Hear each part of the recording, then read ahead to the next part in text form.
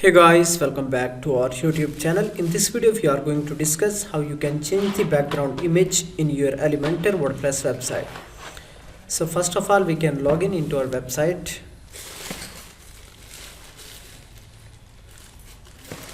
And after that, in the dashboard, now go to pages. And now we can edit one of the page. For example, I want to edit contact page. Now here you can see Elementor page builder is loading and it will just take few seconds. So now here you can see this is text and it has a background image. Just you can see here 6 dots. So this is section setting. Just click here, then go to style tab.